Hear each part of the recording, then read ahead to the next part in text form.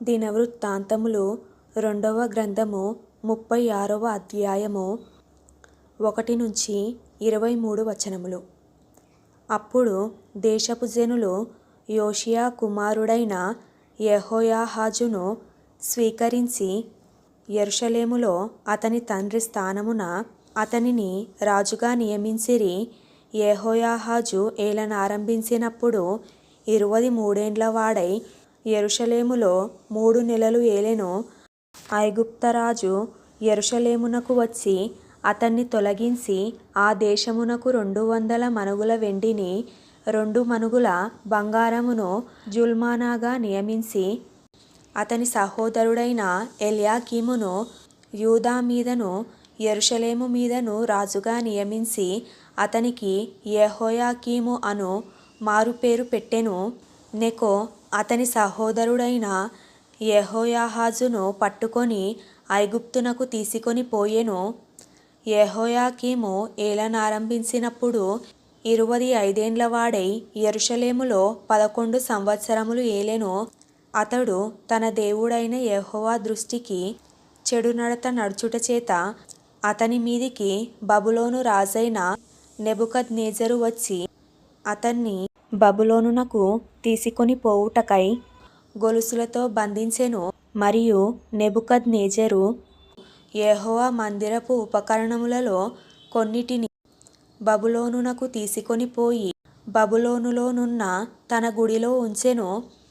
యెహోయాకీము చేసిన ఇతర కార్యములను గూర్చియు అతడు హేయ దేవతలను పెట్టుకొనుటను గూర్చియు అతని సకల ప్రవర్తనను గూర్చియు ఇశ్రాయేలు యూదా రాజుల గ్రంథమందు వ్రాయబడి ఉన్నది. అతని కుమారుడైన యెహోయాకీను అతనికి బదులుగా రాజాయెను. యెహోయాకీను ఏలనారంభించినప్పుడు 8 ఏండ్ల వాడై యెరూషలేములో 3 నెలల 10 దినములు ఏలెను. అతడు యెహోవా దృష్టికి చెడు నడత నడిచెను.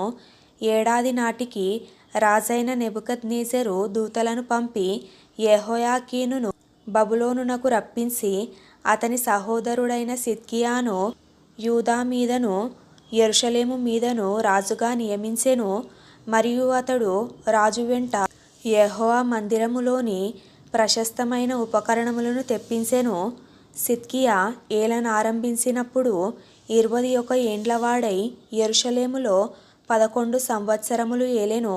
అతడు తన దేవుడైన యెహోవా దృష్టికి చెడు నడత నడుచుచు ఆయన నియమించిన ప్రవక్తయైన యిర్మీయా మాట వినకయు తన్ను తాను తగ్గించుకొనకయు ఉండెను. మరియు దేవుని నామమును బట్టి తన చేత ప్రమాణము చేయించిన నెబుకద్నెజరు రాజు మీద అతడు తిరుగుబాటు చేసెను. అతడు మొండితనము వహించి ఇశ్రాయేలీయుల దేవుడైన యెహోవా వైపు తిరుగక తన మనస్సును కఠినపరచుకొనెను.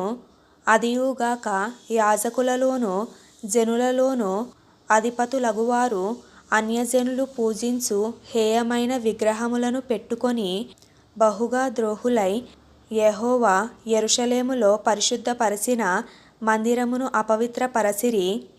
వారి పితరుల దేవుడైన యెహోవా తన జనుల యందును తన నివాస స్థలమందును కటాక్షము గలవాడై వారి యొద్దకు తన దూతల ద్వారా వర్తమానము పంపుచూ వచ్చెను.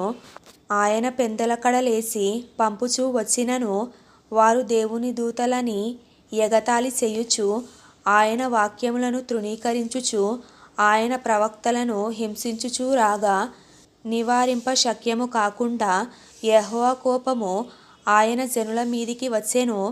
ఆయన వారి మీదికి కల్దీయుల రాజును రప్పింపగా అతడు వారికి పరిశుద్ధ స్థలముగానున్న మందిరములోనే వారి యవనులను ఖడ్గము చేత సంహరించెను.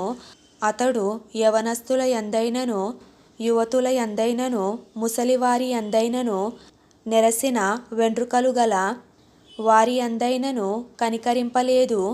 దేవుడు వారినందరినీ అతని చేతికప్పగించెను. మరియు బబులోను రాజు పెద్దవేమి చిన్నవేమి దేవుని మందిరపు ఉపకరణములన్నిటినీ యెహోవా మందిరపు నిధులలోనిదేమి రాజు నిధులలోనిదేమి అధిపతుల నిధులలోనిదేమి దొరకని ద్రవ్యమంతయు బబులోనునకు తీసుకొని పోయెను.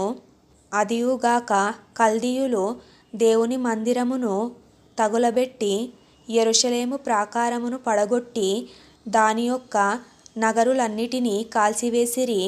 దానిలోని ప్రశస్తమైన వస్తువులన్నిటినీ బొత్తిగా పాడు చేసిరి. ఖడ్గము చేత హతులు కాకుండా తప్పించుకొనిన వారిని అతడు బబులోనునకు తీసుకొని పోయెను. రాజ్యము పారసికుల దగువరకు వారు అక్కడనే యుండి అతనికిని అతని కుమారులకును దాసులైరి.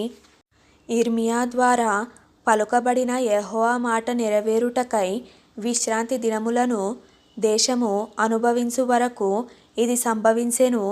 దేశము పాడుగానున్న 70 సంవత్సరముల కాలము అది విశ్రాంతి దినములను అనుభవించెను. పారసిక దేశపు రాజైన కోరెషు ఏలుబడియందు మొదటి సంవత్సరమున యిర్మీయా ద్వారా పలుకబడిన తన వాక్యమును నెరవేర్చుటకై యెహోవా పారసిక దేశపు రాజైన కోరెషు మనస్సును ప్రేరేపింపగా అతడు తన రాజ్యమందంతటను వ్రాతమూలముగా ఇట్లు ప్రకటన చేయించెను. పారసిక దేశపు రాజైన కోరెషు ఆజ్ఞాపించునదేమనగా, ఆకాశమందలి దేవుడైన యెహోవా లోకమందున్న సకల జనములను నా వశము చేసి యూదా దేశమందున్న యెరూషలేములో తనకు మందిరమును కట్టించుమని నాకు ఆజ్ఞ ఇచ్చియున్నాడు. కావున మీలో ఎవరు ఆయన జనులై ఉన్నారో వారు బయలుదేరవచ్చును. వారి దేవుడైన యెహోవా వారికి తోడుగా నుండునుగాక.